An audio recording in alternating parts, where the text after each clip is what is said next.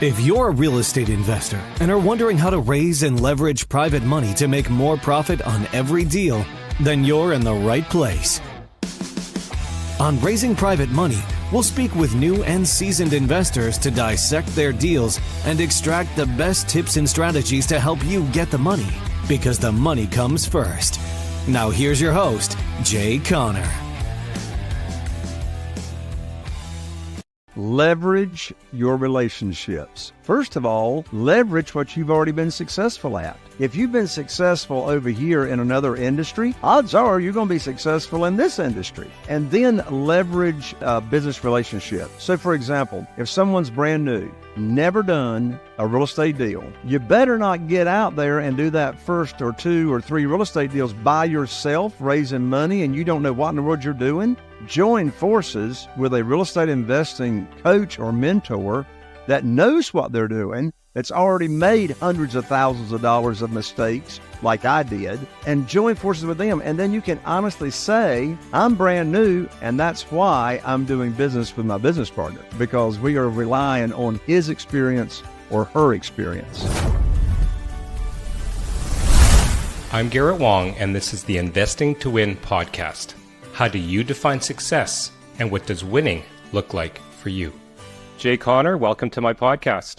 Well, hello there, Garret. Thank you so much for inviting me to come along and talk about what I'm so passionate about, that being private money, because private money's had more of an impact on our business than any other strategy, anything else we've implemented since we went full-time in this business in 2003. Excellent. Well, I am very excited about this episode as well. As my listeners know, I'm also a real estate investor, and private money is one of those sources that seems to be a bit of a mystery. But before we delve into the topic at hand, why don't you give the listeners a bit of a background about yourself? Sure. Well, my wife, Carol Joy, and I, we've been investing in single-family houses, as I said, full-time since 2003 here in Eastern North Carolina. We're in a small market. Our total target market's only 40,000 people, if you can believe that. But we do 2 to 3 deals a month. Our average profit per single family house is $82,000. I don't say that to brag at all. I say that to make a point. And that is, you don't have to be in a big market to make big money as long as you know how to find those off-market deals. Well, from 2003 until January of 2009, those first 6 years, I used a local bank and just traditional institutional money to fund my real estate deals. That's all I knew to do. All I knew to do was go to the local bank. In fact, I didn't even know anything about hard money back then. Anyway, all I had to do is go to the local bank, get on my hands and knees and put my hands underneath my chin and beg and pull up my skirts so they can look at my personal assets and pull my credit score and all that. That's all I knew to do, was to abide by the bank's rules. You know, the traditional way to borrow money is they make the rules, they do the underwriting, and so that worked out okay the first 6 years until January 2009. I was sitting right here at this desk, Garret, and I called up my banker, same banker I'd been using for 6 years. I had 2 houses under contract to buy, and I found out on that conversation, Garret, that they had closed my line of credit with no notice. And I said, Steve, what in the world are you talking about? Closing my line of credit? We've had a great relationship for 6 years, never late on payments. I still got a great credit score. And he said, Jay, don't you know there's a global financial crisis going on right now? I said, no, but now you just gave me a global financial crisis because I don't have a way to fund my deals. So I hung up the phone and I sat here for a moment, Garret. I asked myself a very important question, and I want to share this question that I asked myself with you and your audience. This question, and you know the power's in good questions. I asked myself this question, and this question will help you fix any problem you got in your life, from career problem, financial problem, health problem, relationship problem, business problem. It doesn't matter. And here's the question I asked myself. I said, Jay, who do you know that can help you with your problem? And by the way, these people are running around saying every problem's an opportunity. Makes me want to throw up. I didn't have an opportunity. I had a problem, right? So when I asked myself that question, who do I know that can help me with my problem? I immediately thought of Jeff Blankenship, who lived in Greensboro, North Carolina at the time. Jeff is a very dear friend of ours. We know each other through church and singing events and stuff. Well, he was investing in real estate. I called him up. I told him my story. He said, well, Jay, welcome to the club. I said, what club is that? He said, the club of having your bank close your line of credit. They shut me down last week. I said, well, how are you going to fund your deals? He said, well, have you ever heard of private money? And I said, no. He said, have you ever heard of self-directed IRAs and how individuals can use retirement funds to be a private lender and earn either tax-deferred or tax-free income? I said, no, I never heard of that world. So I learned about it. I studied it. And what I did, Garrett, is I put my program, my private lending program together that I was going to start teaching people in my own network without any deals associated with them, but just teaching how they could become a private lender. So what did I do? I put on my teacher hat, my private lender teacher hat. And I just started teaching people how they could be a private lender and earn high rates of return safely and securely. And so I was able to raise $2,150,000 in the first 90 days of private money from individuals. And now today I've got 47 private lenders and $8.5 million that we just use from project to project. But we go about this on raising money without ever asking anybody for money. So, Jay, how do you get your deals funded without asking people for money? Well, first we teach them the program and how it works, how they can earn high rates of return safely and securely, and how they're protected and all that without attaching a deal to it. You know, Garrett, desperation's got a smell to it. And the worst time to be raising private money is when you need it for a deal. You know, if I'm teaching somebody about private money and that opportunity, and I talk about a deal that I need funded, I already sound desperate, and I'm not even trying to. So we separate the conversations between teaching about the opportunity and how it works. And then when we have a deal for them to fund, I call it the good news phone call. Garrett, let's say you're one of my new private lenders. I'll pick up the phone. I'll call you. I say, Garrett, I got good news for you. I can now put your money to work. I got a house in Newport with an after repaired value of $200,000 under contract. And the funding required for the deal is $150,000. That matches up to what you told me you wanted to start with. And closing is going to be next Tuesday. I need you to wire your funds to my real estate attorney's trust account by next Monday. I'm going to send you the wiring instructions. Now, that's the end of the conversation. The most stupid question I could ask you is, do you want to fund the deal? Of course you want to fund the deal. You've been waiting for the phone call to put your money to work, and particularly if it's retirement funds that you've moved over to a self-directed IRA account, that at my recommendation, you're not making any money until I put your money to work. So the place to start in this world is getting your mindset right. You're teaching, you're serving, you're leading with a servant's heart, and you're not begging, chasing, selling, or persuading anybody to do anything. You are offering them an opportunity, and it's a win-win for everybody. Love it. No, that is a lot of meat on the bone. I'm going to be digging into quite a bit of that. You cover a lot of concepts that I'm also using with my private investors. But before we even go into that, I want to back up just a little bit. Tell me what you did in your previous life before you got into real estate.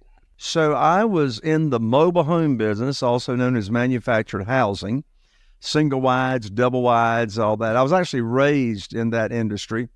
And then, long about 2002, 2003, most of the consumer financing for the product went away. The whole industry fell out of favor with Wall Street. And so we had to shut that company down. I knew if I ever got out of mobile homes, single-family houses, that I wanted to get into single-family. If I ever got out of mobile homes and manufactured homes, I wanted to get into single-family houses because back in 1993, 10 years earlier of me getting into this business, good friends of ours that live in the eastern North Carolina, they flipped a house in 90 days and made $30,000, and I was trying to make $3,000 on a single wide. So I knew I like $30,000 better than $3,000, but I had to wait 10 years before I made the transition. You mentioned that your average profit is like $82,000. Are you talking about flips? Yes, flips. Wow. Flips. In a market of 40,000. That is Yes. that is very impressive. Are you holding? Are you a buy and hold guy at all? So it depends on how I buy the property and fund it. If I buy it with private money, I don't want to leave private money buried in there. I'm going to probably cash out. And of course, refinancing it through commercial, I'm not liking those rates these days either, right? But if I buy the property on terms, creative financing, such as subject to the existing note or with seller financing, then I'm probably going to want to stay in the deal, because if I can buy on terms, then I'll sell on terms, such as sell to a buyer on lease purchase or rent to own. Okay. Yeah, we can get a little bit more into that. All right. So you talked about private money. I really like the story about how, 2008, 2009, who doesn't know that crisis? And that people talk about the mini crisis that we're in right now. It pales in comparison. Tell the listeners exactly what the definition of private money is. Sure. So private money is when a human being, an individual, none of this has got anything to do with institutional money. None of this has got to do with hard money. This is doing business one-on-one. You are the operator, the real estate investor, the borrower, and you're doing business directly with another individual, a private lender, that's going to loan you money on your real estate deal, and you're not going to borrow it unsecured. You're going to back that note with the real estate that you're investing in. And so there's no broker, there's no middle person.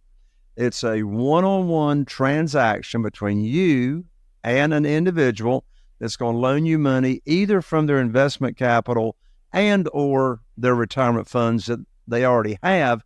And for whatever reason, they're not happy with the returns they're getting on those retirement funds.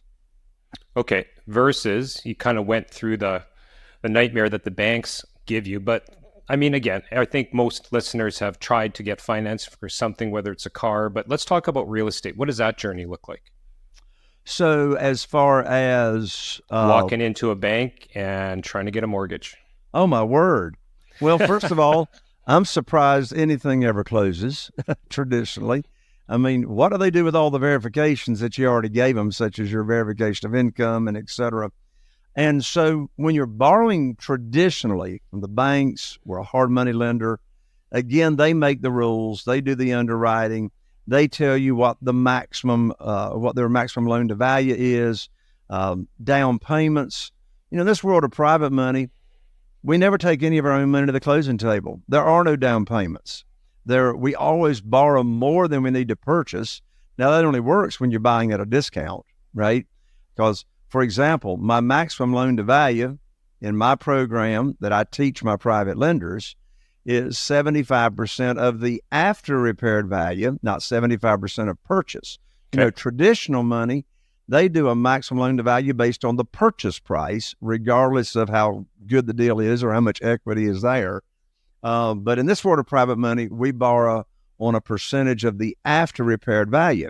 So, for example, on that little $200,000 after repaired value example I gave, if I'm borrowing $150,000, well, that's 75% of the after repaired value of $200,000. I'm going to buy that property at 50% of after repaired value. I'm going to buy it, say, for $100,000. And if I borrow $150,000, I'm going to bring home, round figures, a $50,000 check, which is called excess cash to close on my real estate attorney's check stub, which is my favorite phrase because I love me some excess cash. And so we always bring home a check instead of taking a check. So, and another big difference is how fast transactions can take place. If you're borrowing institutional money from the bank, from a hard money lender, et cetera. And by the way, I got some great friends that are hard money lenders. I say establish as many relationships as you can. But when you're borrowing money from, as far as speed goes, well, I make offers that I can close in 7 days. In fact, a couple of months ago, I bought an oceanfront condominium at Atlantic Beach, North Carolina, right here in our area. And I bought it for $425,000, all funded with private money.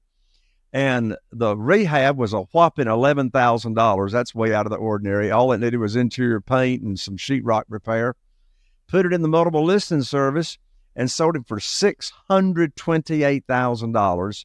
I was in and out of the deal in 5 weeks. But here's the point of the story. When the individual contacted us on one of our Google ads, pay-per-click, it was going to the courthouse auction foreclosure in 2 weeks from contacting us.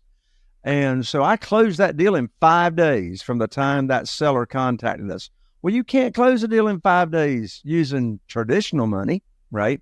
So that's another big benefit of private money, closing fast. Another big difference is there's no limit to the number of private lenders or limit to the amount of private money you can use.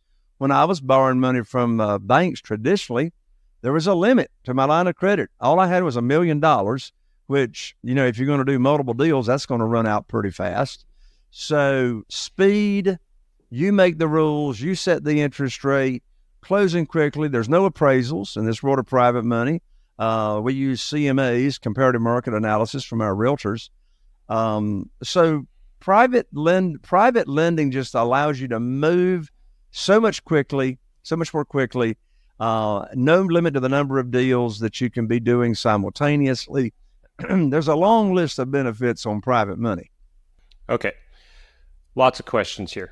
You had just answered one, actually, because you mentioned appraisals and CMAs, comparative market assessments, because that was my first question. And again, I've used private lenders. I have my own, Rolodex, so to speak, but I'm trying to ask the maybe not so obvious questions for the benefit of the audience and some people who are maybe a little bit afraid to get into the world of private lending.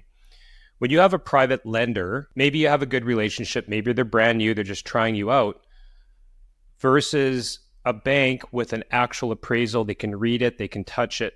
What's the trust factor there for them to, you just say, hey, I've got a property that's going to be worth $200,000. Will you fund me on it? Well, I didn't ask them, will they fund me? I told them what to do. Okay, fair enough. No, but I mean, I think it's a fair question on the value, right? The trust factor is huge, absolutely huge. That's why I've never had one of my 47 private lenders even ask to see an appraisal, even ask to see the comparative market analysis. Now, I've got a lot of private lenders I've never met in person, but there's this thing called the trust bridge. By the way, if my private lender wanted to see an appraisal or wanted to see a comparative market analysis, I'm glad to share it. I got nothing to hide at all, of course. But since that trust is so huge in the relationship, they know they're going to be getting, that I'm not borrowing anything unsecured. But in answer to your question, the relationship and the trust is paramount. Okay. You mentioned self-directed IRAs. Here in Canada, we have RSPs, retirement savings plans. We do have the same options, I believe. Are you using lenders specifically with self-directed funds, or are they, more accredited investors and wealthy investors that just have money to lend? So of the 47 private lenders I have, the majority of them would not be accredited investors. Interesting. I got a small handful, but these are just regular people. I mean, these are retired school teachers. These are civil service workers. These are everyday people, and some people only have $50,000 with me. I got a couple that's a retired both of them are retired school teachers. That's got $1,250,000 with me. So these are, and what's interesting, Garrett, I doubt any of these 47 people that are my private lenders, I doubt any of them even know what an accredited investor definition is. Probably. So no, these are not sophisticated investors. These are everyday people, walk of life people that are just looking for better returns on their money. Okay, so I'm going to ask you a challenging question then, but first, let's define accredited investor for the listeners. Sure. So an accredited investor is going to have a net worth of at least, now that's here in the United States. Fair. I don't know about Canada. It's very similar, actually. But here in the United States is going to have a net worth of at least $1 million, not including their primary residence where they live. And they're going to have earned at least $200,000 taxable income the most recent 2 years. Okay, yeah, very, very similar to Canada. So, I mean, I think the idea is people with that kind of net worth and that kind of disposable income can handle the risk of lending money in a so-called quote unquote risky real estate investment, correct? Correct. Okay. So then where this challenge comes in then is this out of the 47 investors, I believe there are some arm's length rules of what a non-accredited investor is and, to be on side with the Securities and Exchange and things like that. Well, that's the great thing about here in the U.S. with what I'm doing with single family houses. The SEC doesn't have any rules for what I'm doing because what I'm doing is what's called one-offs. So when I say a one-off, you've got a single family house and you've got one or maybe two private lenders that are funding that deal. Each of those private lenders have their own promissory note. Each of them have their own mortgage. Here in North Carolina, it's called a deed of trust. And so they're not investing in, say, like a syndication type of thing, right? And so the SEC rules really are not pertaining to these one-off deals. No, that's great. Okay, so let's move forward then. When you are you finding a potential lender? I thought I heard you say you're teaching them how to pull those funds and put them into a self-directed. Yeah, if they have vehicle. retirement funds, already current retirement funds, such as maybe they've got retirement funds at Vanguard or Schwab or any of the large brokerages, and it's dedicated retirement funds that's invested in the stock market. And maybe they're tired of the volatility or the value, right? And that's another big reason that our private lenders absolutely love the private lending program is because it's like putting money in a CD in a bank, a certificate of deposit, and they know exactly what that rate of return is going to be. And so the value of their investment is not going down. It's not going up. It's like they know exactly what that rate of return is going to be, which, by the way, is 8%, a straight 8%, no points. And so they really like knowing what the return is going to be and don't have to worry about the value going up and down. So, as I say, that's one of the big benefits. But what was the question? I sidetracked myself. No, that's okay. No, you did answer it. I actually wanted to, before we delve a little bit more into the self-directed things, to talk about the different categories of private lending that an individual might encounter, because there are different types. Could we maybe explore that a bit? Well, no, when you say categories, are you talking about where do these private lenders come from and how do you find them? Well, I had already said accredited investors. We're talking about people with maybe, they're going to be putting their retirement funds into more self-directed things. And there's also private lending institutions, right? I believe up here, at least they call them B and C lenders. What comes to mind for you when I'm talking about that? Well, yeah. So what comes to mind is you've got hard money lenders here in the U.S., which is institutional money. And of course, what the hard money lenders do, most of them are brokers. And what they do is establish a fund, and then they go raise money from individuals to invest in their hard money lending fund. And then the hard money lender or brokerage oversees those funds and then lends that money out to the real estate investors, right? So the real estate investor or entrepreneur is not in contact directly with those private lenders or investors that have invested with the fund. They're just doing business with the brokerage. And of course, the brokerage is making their money on charging a higher interest rate, perhaps, charging origination fees or points and that type of thing. Correct. I have used several, institutionalized private money, I guess. And it is a lot easier than the banks. I mean, I'm making a phone call, there's a relationship.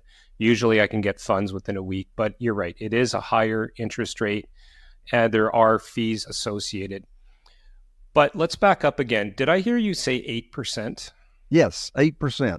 Okay. And that's either accruing if we're doing a flip Sure. without even having to make payments, or if I'm going to be in the deal a little bit longer, I may be making interest-only payments monthly or quarterly. So it depends how you are presenting this to your investor. Right. Well, actually, I'll let them decide because I've got some private lenders, individuals that actually need the monthly income to live off of, right? Okay. And so, if I'm bringing home a big check when I buy the property, then actually initially they're cash flowing their own monthly payments that Sure. I'm making, Yeah. But, different private lenders have different objectives. If they're not needing it for the income, then as I said, we may just let it accrue or make, quarterly interest payments to them. Okay. Let's talk about, from a private lender's point of view, making your money work for you. And what I'm specifically referring to is if you get out of a deal, you've repaired it, like you said, $11,000, and now it's on the MLS, now, and it sells very quickly, you're paying your private lender back. Now their money's not working for them. How do you recycle that for them? Because they're going to be hungry for more. Sure. Well, there's two answers to that. And typically, that 5 weeks is very, very out of the ordinary. No, Typically I'm using the money for 6 to 9 months from starting to cashing out, because I may have a property sit there 3 months before we actually start the renovations because we've got so many projects going on, right? Yeah. But in answer to your question, 2 answers to your question. First of all, part of the program and the opportunity that I offer my private lenders is I put in the promissory note, I put what's called a minimum of 6 months of interest on any deal. So the note says, in the event that I cash out in less than 6 months from the time of borrowing your money, I will promise to pay you at least 6 months of interest, even if I didn't use it for 6 months. Or if I have another property that I'm either getting ready to purchase or has got a lot of equity in it and I need some rehab money or whatever, then I can substitute the collateral, do a loan modification, keep their note open to where they're still earning money. But what we do is we just change out the collateral that is collateralizing that note. So I'm either going to pay them a minimum of 6 months, or if I've got another property to re-collateralize that note, we'll just keep their note open to where they don't miss any interest. Okay. No, that's great. I love the flexibility. What I'm asking also, though, is, because I've come up against this with my private lenders, is, again, you pay them back. Now their money is not working for them again. You've got 47. What if you run out of projects? I mean, that's, I guess, a good problem, but then you run the risk that your private money is going to go and find other investors. That's right. So it's been a juggling act since 2009. Deals money, deals money, deals money. So one thing is, don't agree to have too many private lenders or too much private money that you can't put to work. I actually have an exercise that I have my students and membership walk through, and what I teach them to do is to calculate, and I've got a formula for it. Calculate how much private money do you need to raise, to where you can keep your private lenders happy. So a couple of thoughts come to mind. When I have a brand new private lender that I'm bringing in and I'm going to be using their money, they go to what I call to the top of the queue. Well, what's the queue? The queue is who's next in line to be using their money, right? So when I pay off a private lender, they go down to the bottom of the queue and work their way up. And of course, a variable of that is, well, how much private money have they got? If somebody's only got $50,000, I'm not going to be able to use that money as quickly as, say, 100 or 200,000, because I can use 100 or 200 to purchase properties. All right. Those lower amounts I could just use for renovation and rehab projects. But I have a new private lender. They go to the top of the list because I want to prove to them that I can perform and I can, put the investment, capital to work. So the first answer that comes to mind is, don't be agreeing And all that, by the way, all this initially is verbal pledge. Someone says, I got $200,000. I'm not asking them to sign any paperwork. They've just told me. And then we go simply to our Excel spreadsheet, and it says, Garret has got $200,000. We're going to put his money to work, for him as soon as we can. So it's managing, knowing how much private money you need, given the amount of deals that you're doing, given what's your average price point that you're purchasing properties for, what's your average amount that you're borrowing on a property.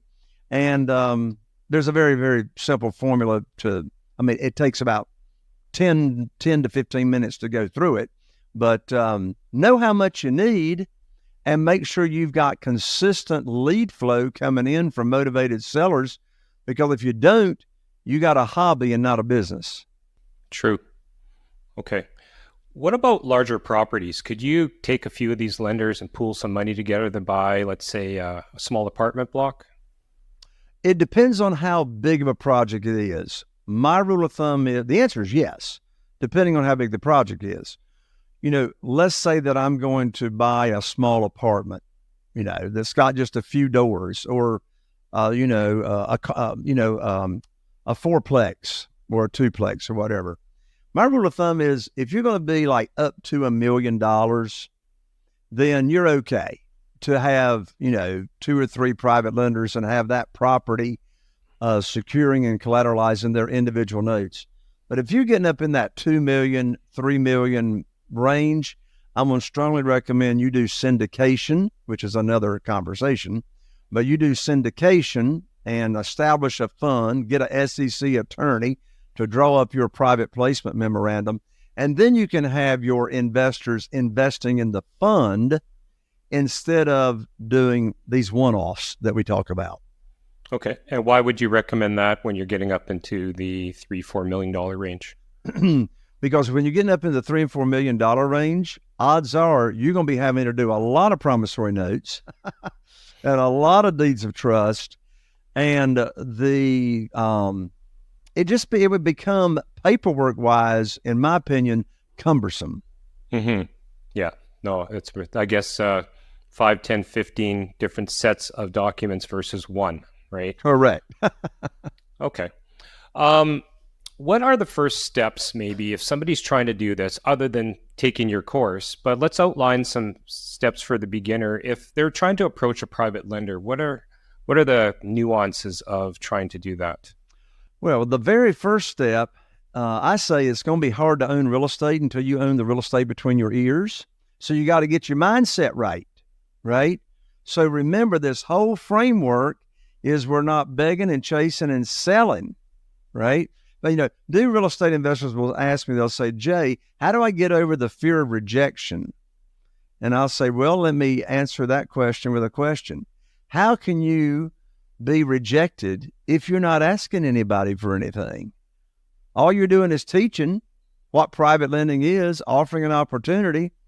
And, if that's not for them, that's fine, because there's a whole lot more money than there are deals.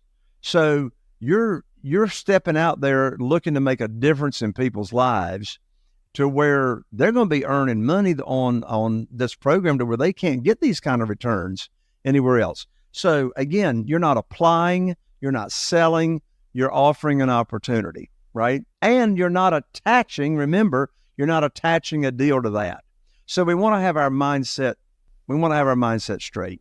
So interesting. Once you've got that, right, then what are the actual activities and strategies to attract the money?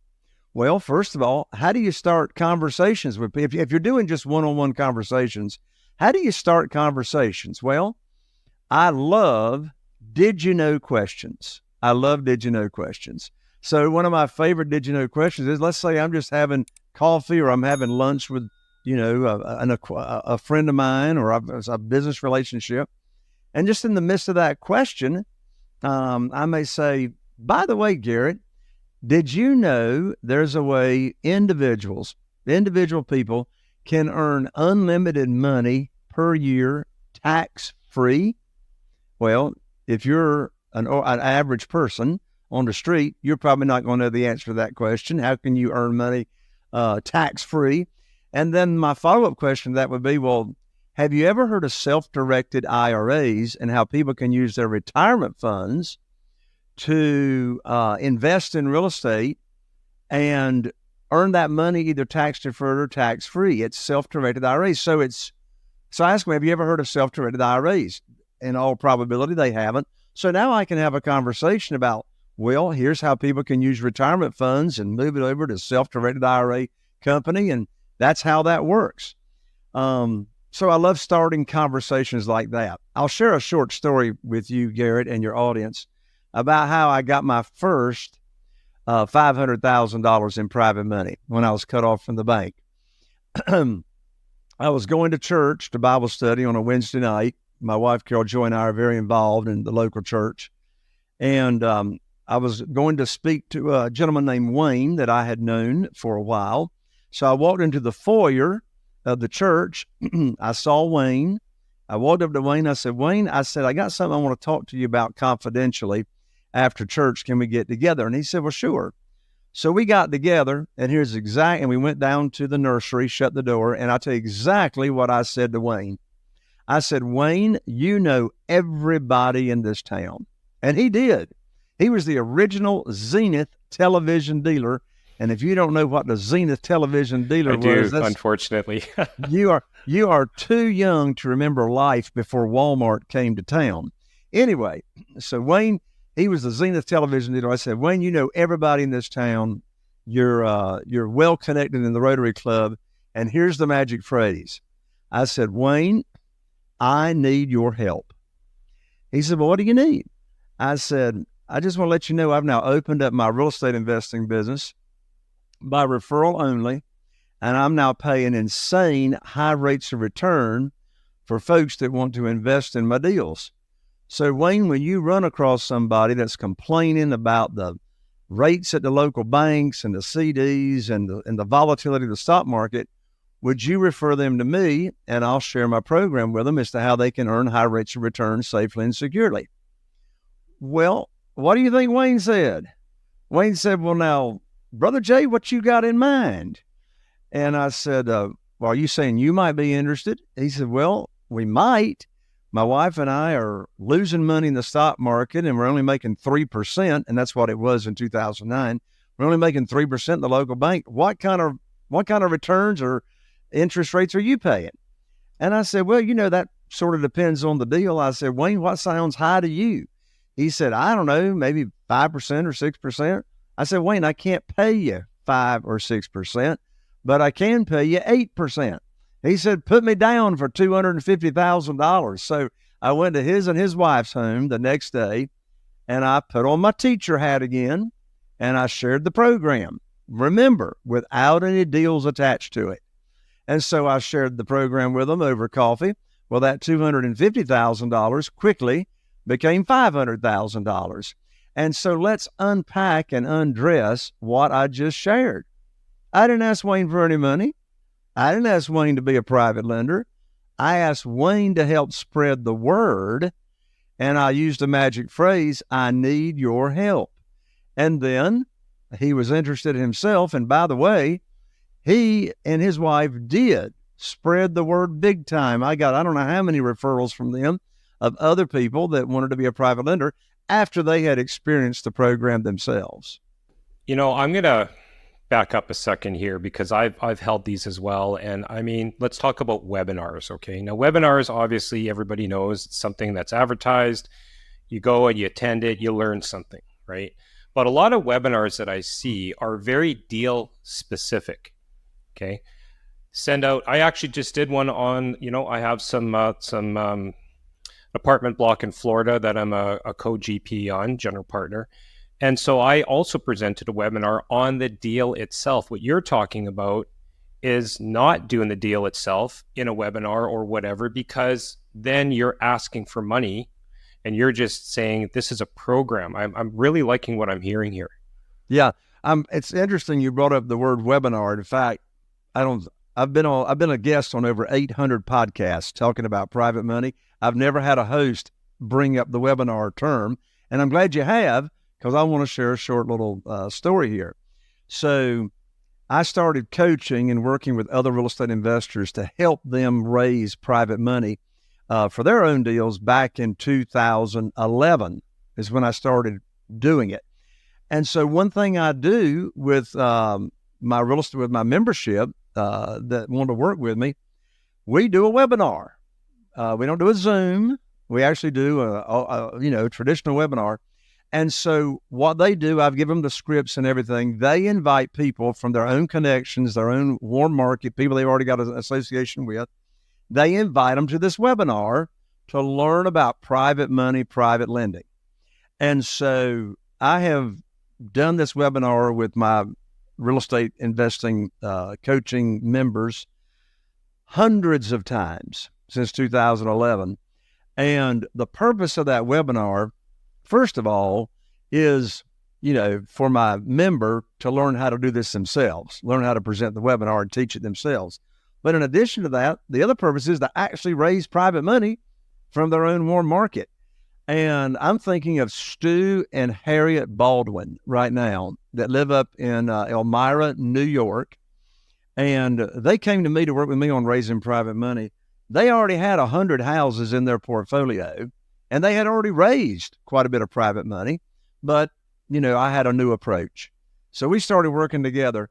That webinar alone, you see, we do it live, but then we record it and make it evergreen. Now they got a link that they can send out forever to new potential private lenders in their own connections. Just that one webinar with Stu and Harriet has raised them over $2 million in a short period of time by them just inviting their connections to the webinar and them sending it out, evergreen, sending out links. So yeah, I've never used a webinar to pitch a deal or to sell a deal or to offer the opportunity on a deal, but I've done hundreds of webinars where we're just teaching the program to new potential private lenders that my, coaching members invite to the webinar. I'm going to be the devil's advocate. Okay. I mean, you and I are of the older variety. Let's say that somebody's brand new, right? Little green behind the ears. They look very youthful even. They go through your program. They do the webinar. What are the objections that they're going to get on, again, it's how many deals have you done? Can you give me referrals on how many investors have you've used your money and things like that? Because it's a chicken and egg. What would you give your advice to your students? Leverage your relationships. First of all, leverage what you've already been successful at. What have you already done in your life that you've been successful at doing, right? So leverage your own experience. I mean, if you've been successful over here in another industry, odds are you're going to be successful in this industry, right?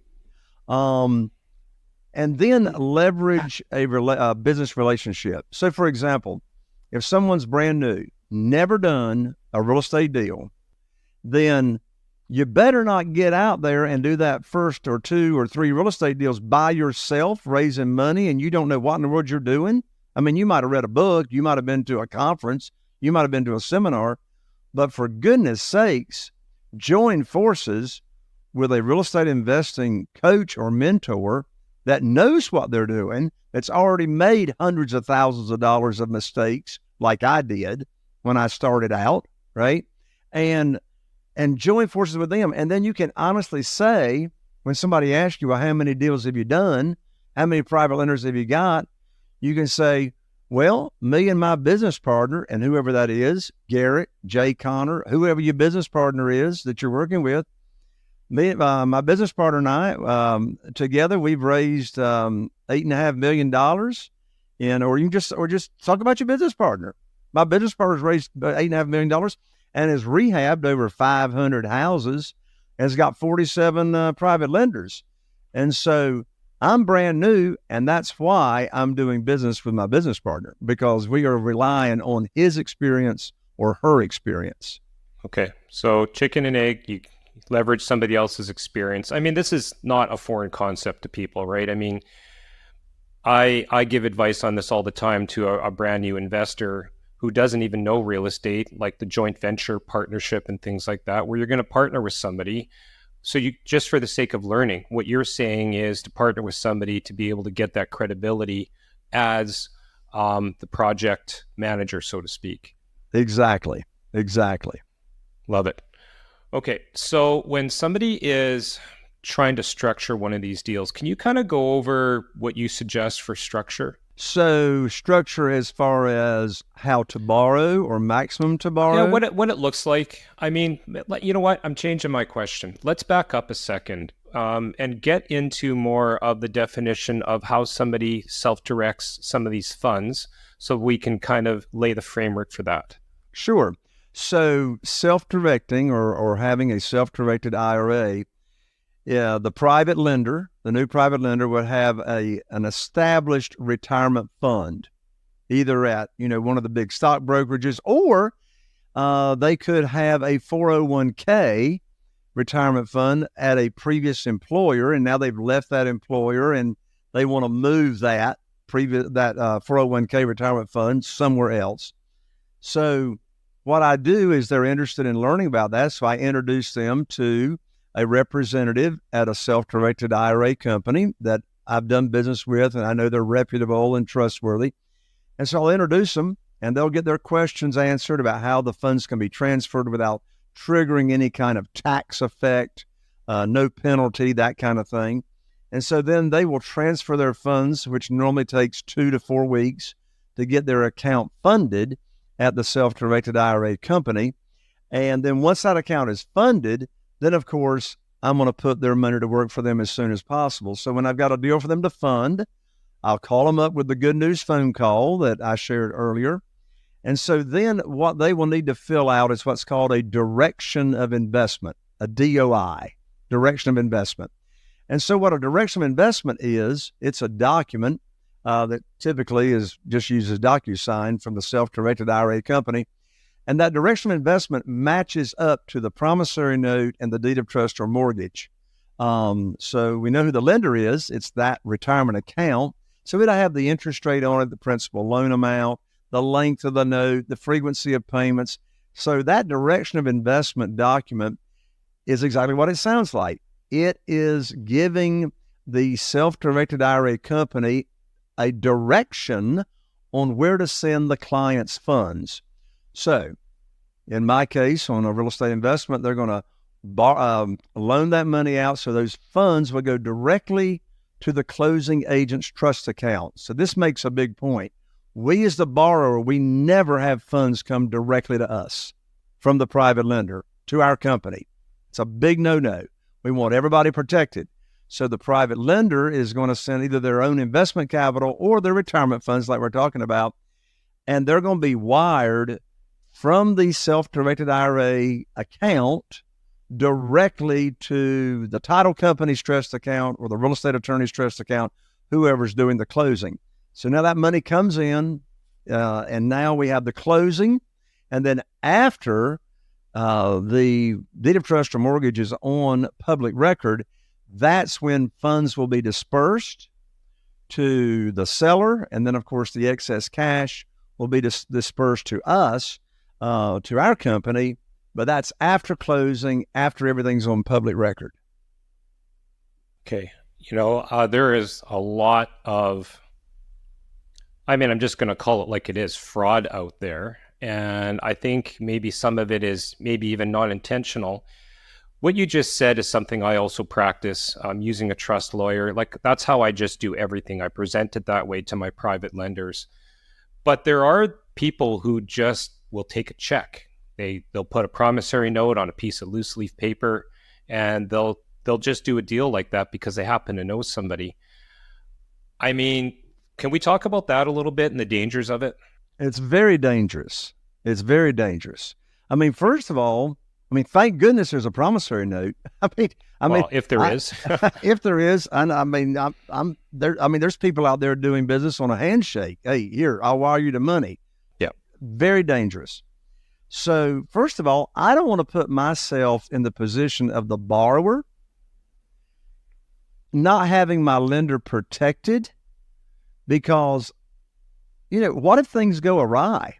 By the way, I've never had, after doing over 500 rehabs, I've never had a project come in on budget. It's always more, right? Now, I protect my private lender by not borrowing more than 75% of that after repaired value. So there's going to be a 25% equity cushion, right? But I just want to put myself or my lenders in any kind of risk or predicament to where that note is not collateralized. I mean, I want to protect my private lenders to where, like, if let's say I don't pay them, let's say I don't, for whatever reason, I don't pay them. Maybe I have a cash flow issue. Maybe I intended to pay them, but I got a cash flow problem and now I can't pay them. Well, here's the bottom line. When they are protected and that note's collateralized, if I don't pay them, I at least know, and they know, the property will pay them. They at least can get the property and they've got the legal recourse. I think people can understand that model too, because that's exactly what the banks do. The bank's not going to lend you money to buy a home without securing, something on title against that asset, right? At least in today's market. Now, when I started back in 2003, when it was the wild, wild west, I got a $250,000 unsecured line of credit in 2003. And you could do that in 2003 if you had a decent credit score and you had a relationship with the bank. But that ain't happening today. Yeah, no, I've had those as well. No, I love the transparency of, again, this is everything that I do with my investors as well. Before we wrap up, I'm gonna allow you to why don't you give the listeners a little bit of a outline of how your program works and what the benefits are? Sure. So now you're talking about what I offer my private lenders or what I offer my coaching members? Your coaching. Sure. So I've got all different layers of coaching, but let me keep it simple, Garrett. Let me tell you what I'm so excited about. I just finished recording my brand new Private Money Challenge. So what in the world is the Private Money Challenge? It's a series of 7 videos that are only 15 to 20 minutes long in length. So they're very digestible, easy to follow along. And so when someone enrolls in I call it the 7-day Private Money Challenge, when they enroll in it, immediately in their email inbox, they get the very first video, which again is only 15 to 20 minutes long. And then every day for the next 6 days in a row at 9 a.m. Eastern time, they will receive each subsequent video on training. So it's a great foundational introduction and training on private money. So I invite your audience, Garrett, to come join me in the Private Money Challenge at www.privatemoneychallenge.com. It's that simple. Just go to privatemoneychallenge.com. And not only will you learn how to raise private money, but we're going to have a lot of fun too. I'll be engaging with you on the videos, giving you a bit of homework. I actually, one of the days, walk you through that exercise I talked about of figuring out how much private money do you need to raise. And so that's one of the videos. I'm so excited about it. It'll give your audience a great start and a great foundation. Okay, well, we'll definitely get some information post-show, and I'm going to be putting that into the show notes. Anything else that you want to talk about your programs?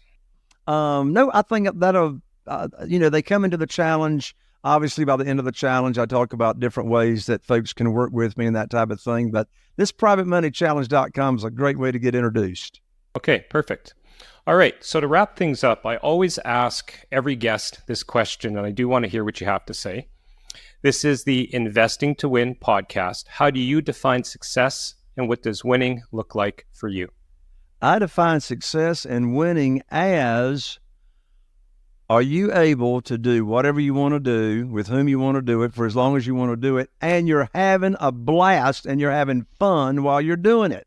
That's success, is enjoying life and having joy while you're doing it, right? Any venture or opportunity, Garrett, that I've gotten involved in throughout my life, if I was only doing it for the money, I failed miserably. I never even got off square one. So my definition of success is being passionate about what you're doing, giving back, making a difference, and making a really good income while you're doing it and creating win-win scenarios. Love it. Well said. Well, you certainly brought the energy to this podcast. Woke me up on this Monday morning, so I do appreciate that. And I'd like to thank you very much for coming on today. Garret, thank you so much for having me on. God bless you.